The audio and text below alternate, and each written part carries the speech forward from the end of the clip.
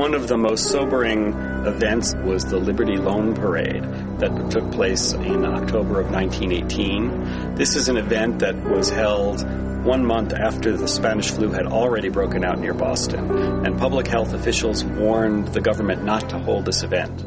The parade was not canceled, and roughly 11,000 people lost their lives from the Spanish flu in a couple of weeks.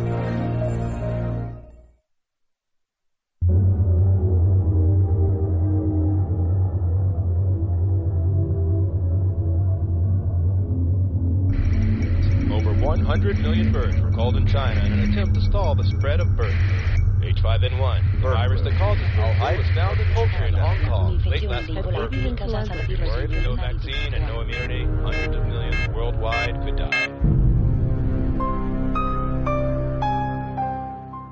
Influenza virus is a nasty virus.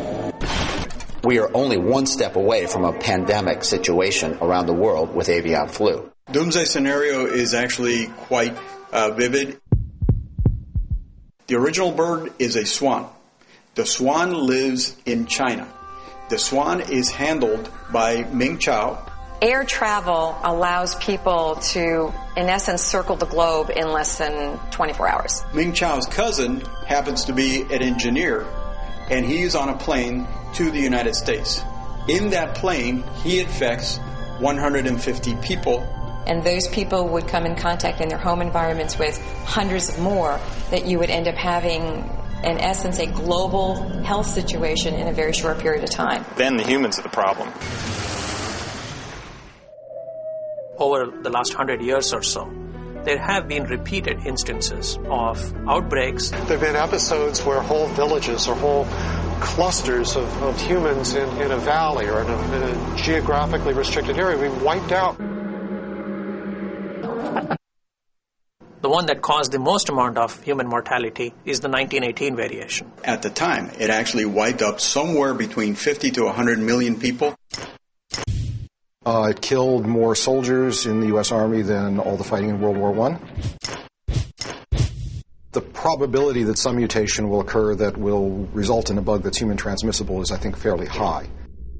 The interdependence, the interlinkage of human cities, the high densities of population, is a critical factor in leading to rapid transmission of pandemic influenza.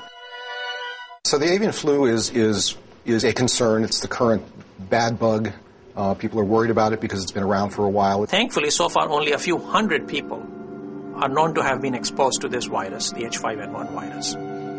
But of those, about 50 to 60% are dead. Birds are definitely not the enemy in this case. So the enemy is this virus that has this incredible ability to mutate. We have the computing power, we have the technology, we have the scientific expertise. If we bring them all together under one umbrella, we can fight the bird flu virus. The stakes in this research are pretty high. It's a life and death issue. We have to win, and we will win. At this point in time, the virus is smarter, okay? Because the virus is a few steps ahead of us. It's variations that occur in the virus in its natural course of, virus makes copies of itself within our cells, and as it makes copies, their replication system just makes a lot of errors. It has figured out how to actually make more variations in every life cycle.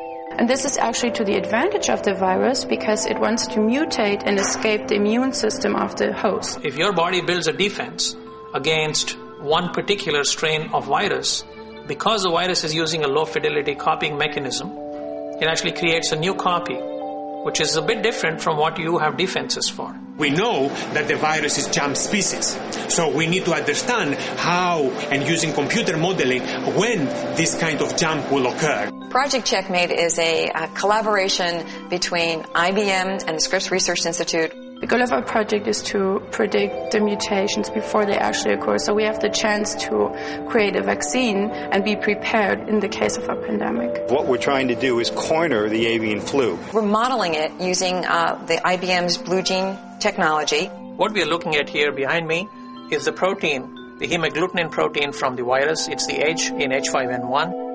If you think of what happened just a few years ago with the Human Genome Project, biology is being transformed into an information science. Before, we used to take and model viruses through a petri dish, a mouse, and a monkey. Now we can use it in a supercomputer and get back in minutes what used to take months. The blue gene computer is simply the fastest computer on the planet, period.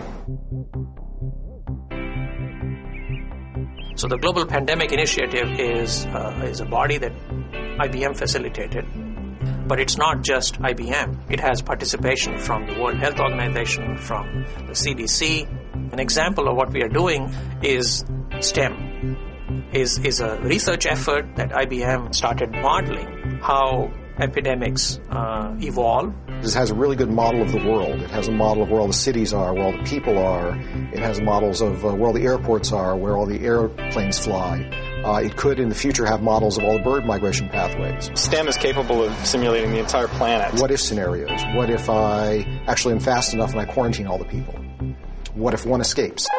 All it would take is one person on the plane from New York who's infected to infect an entire plane, and then that group of people, wherever they've landed in Chicago or LA or Miami, to spread out. This can spread incredibly rapidly. It's going to take a lot of smarts. It's the collective smarts of the research community across immunology, virology, computational biology.